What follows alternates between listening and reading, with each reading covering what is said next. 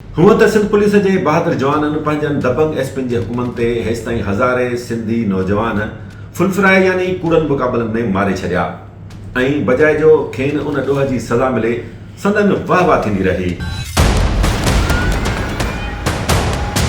गोली जंग में लगी पर शायदि ही पहिरियों मौक़ो आहे जो उन क़िस्म जे कूड़े मुक़ाबले खे जाली करार ॾेई जांच रिपोर्ट उन्हनि पुलिस ऑफिसर्स जे मुंहं ते हणी वई आहे। शिकारपुर पुलिस जिन ॿिनि सिंधी निगरनि खे मारे खेनि जहनुम वासूल करण जी फतवा जारी कई हुई उन्हनि खे ख़ुदि पुलिस डिपार्टमेंट जे ऑफिसर्स बेॾोही ऐं मुक़ाबले खे जाली साबित करे छॾियो आहे।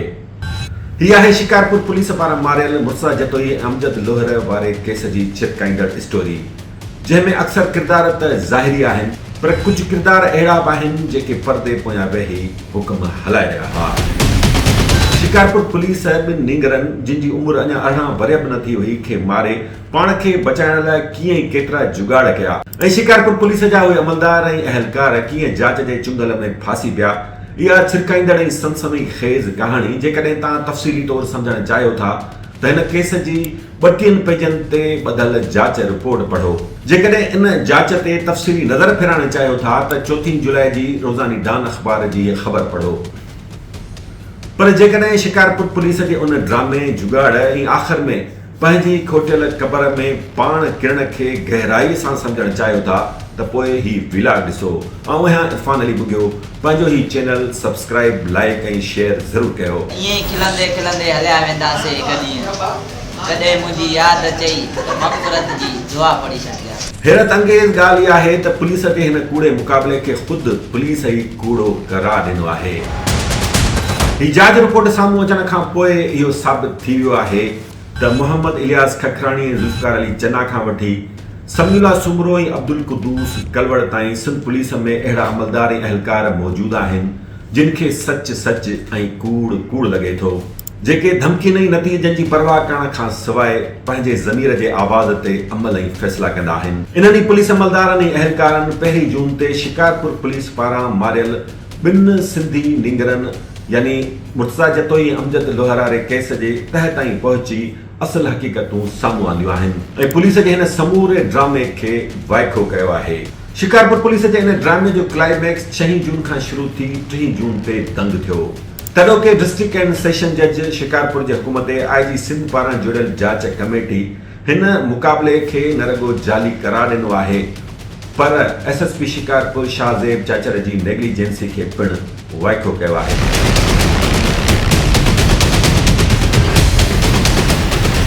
ॿिनि हज़ारे कूड़नि मुक़ाबलनि वांगुरु ही केस बि शायदि शिकारपुर पुलिस खे फबी वञे हा। फर्ज़ कयो जेकॾहिं तॾोको SHO स्टोरगंज ज़ुल्फ़िकार अली चन्ना कूड़े पुलिस मुक़ाबले जी FIR दाख़िल करण ऐं उन में फ़रियादी थियण खां इनकार करे रिलीव न थिए हा ऐं FIR में SSP शिकारपुर शाहज़ेब चाचर तरफ़ां मुबैना तौरु ज़ोरी मुशीर बणायल ASI मोहम्मद इलियास खखराणी पंहिंजे ई बाला ऑफिसर ख़िलाफ़ अदालत न वञे हा ऐं जेकॾहिं हतमी जांच SSP घोटकी समीउल्लाह सुमरो ऐं DSP CTD अब्दुल कुद्दूस कलवड़ हवाले न थिए हा। हेसिताईं पुलिस तरफ़ां मुक़ाबला ॼाणाए क़तल कयल हज़ारे सिंधी नौजवाननि जा केस लुड़ी विया। वारस रोईंदा पिटींदा रहिया। उन्हनि मुक़ाबलनि में उन्हनि जाली मुक़ाबलनि में मुलविस पुलिस ऑफिसर्स ऐं पुलिस अमलदारनि ऐं अहलकारनि खे का सज़ा मिलण बदिरां खेनि मेडल्स ऐं इनाम इकराम मिलंदा रहिया। शिकारपुर पुलिस जे अमलदारनि खे बि शायदि इहो ई लॻो त हज़ारे केसनि जीअं ही केस बि खेनि फबी वेंदो पर हिन दफ़े ईअं न थियो। जीअं चइबो आहे न त इंसान जी जॾहिं फिटंदी आहे त पोइ लाॻीतो फिटंदी आहे। हाणे अचो त हिन केस जा पेरा खणूं। 1 जून 2025 राति जा 9 कड़ी अता मोहम्मद मोहल्लो शिकारपुर। वारसनि मूजिबि तंहिं राति मुर्तज़ा जतोई अमजद लोहर ईद जी ख़रीदारी लाइ पंहिंजे अबाणे शहर खानपुर खां शिकारपुर तरफ़ विया हुआ। वारसनि जो मौक़िफ़ आहे त पुलिस शिकारपुर पहुचण ते खेनि बिना जवाज़ फायरिंग जो निशानो बणाए 2 नींगरनि अमजद लोहर ऐं मुर्तज़ा जतोई खे क़तल ऐं असगर जतोई खे ज़ख़्मी हालत में गिरफ़्तार करे वरितो।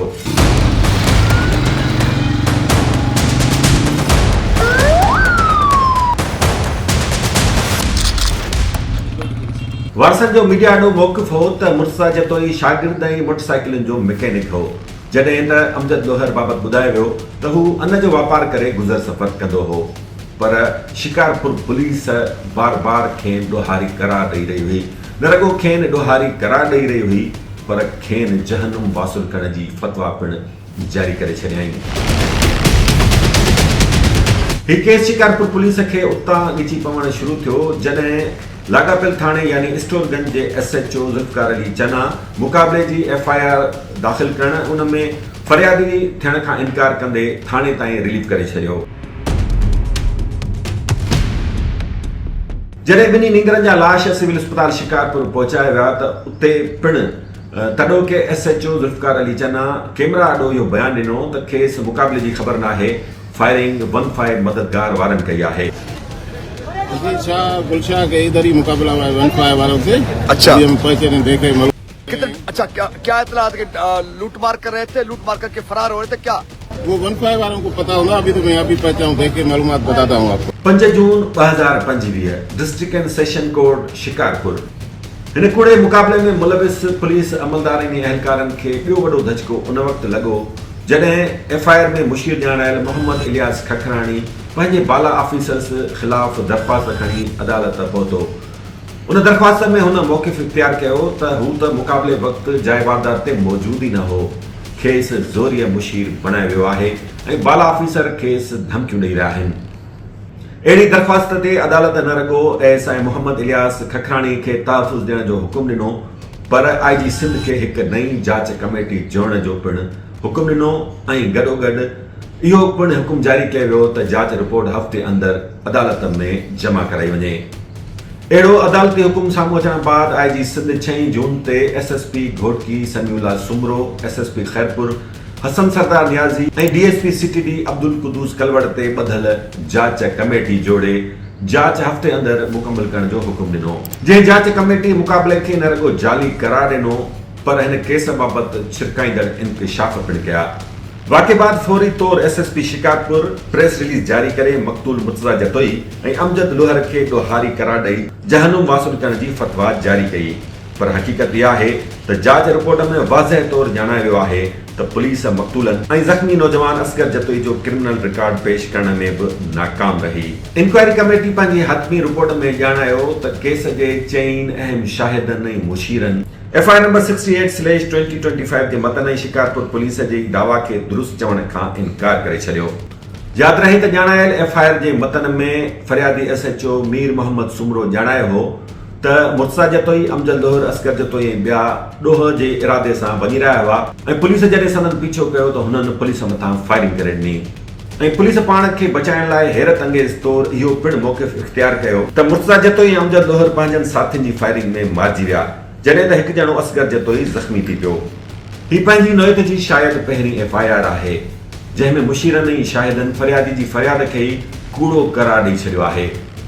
इंक्वायरी कमेटी वरितल बयाननि, शाहिदिन, दस्तावेज़नि जी छंड-छाण बाद पंहिंजी रिपोर्ट में उन इम्कान ऐं अनुमान खे पेश कयो आहे त नौजवान तंहिं राति खानपुर खां शिकारपुर तरफ़ ईद ख़रीदारी लाइ विया हुआ।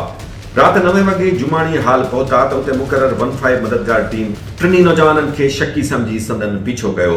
पुलिस जे अहिड़े पीछे बाद नौजवान घबराइजी विया। डिघे ताक़ब बाद 15 मददगार टीम वटि इहो यकीन करण जो पको सबबु हो त शकी नौजवान या त ॾोहारी सरगर्मी करे फरार थी रहिया आहिनि या वरी को ॾोह करण वञी रहिया आहिनि।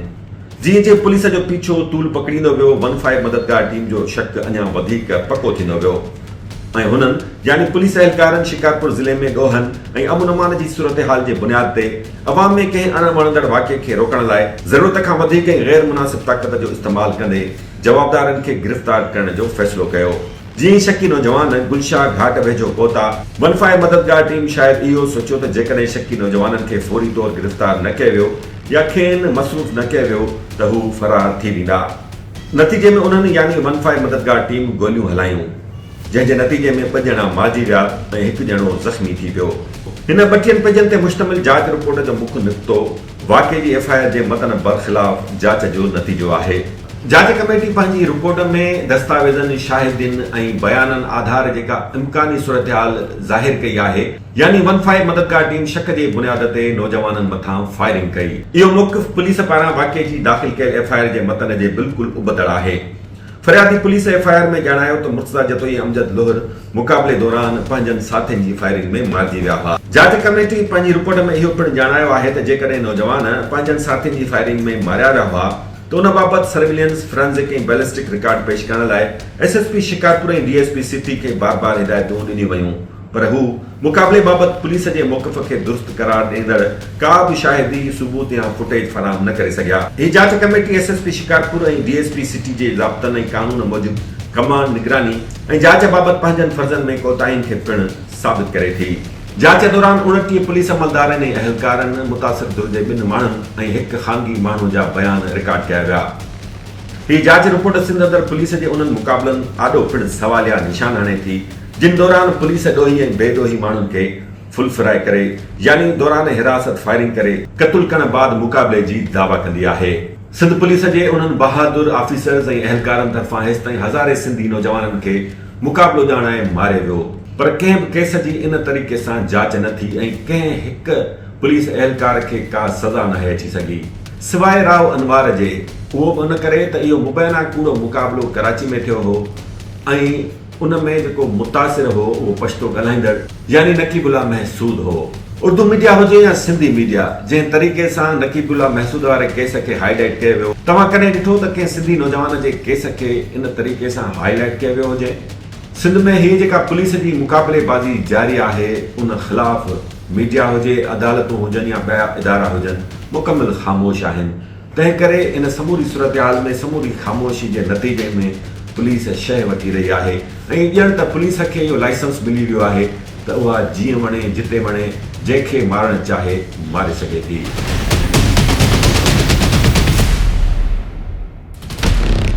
पर हिन जांच रिपोर्ट मीडिया, अदालतुनि ऐं अवाम आॾो इहो अछो चिट्टो पधिरो करे छॾियो आहे त सिंध अंदरि पुलिस जे मुक़ाबलनि जी असुल हक़ीक़त छा आहे। पंहिंजो ऐं पंहिंजे हिन चैनल जो तमामु घणो ख़्यालु रखंदा।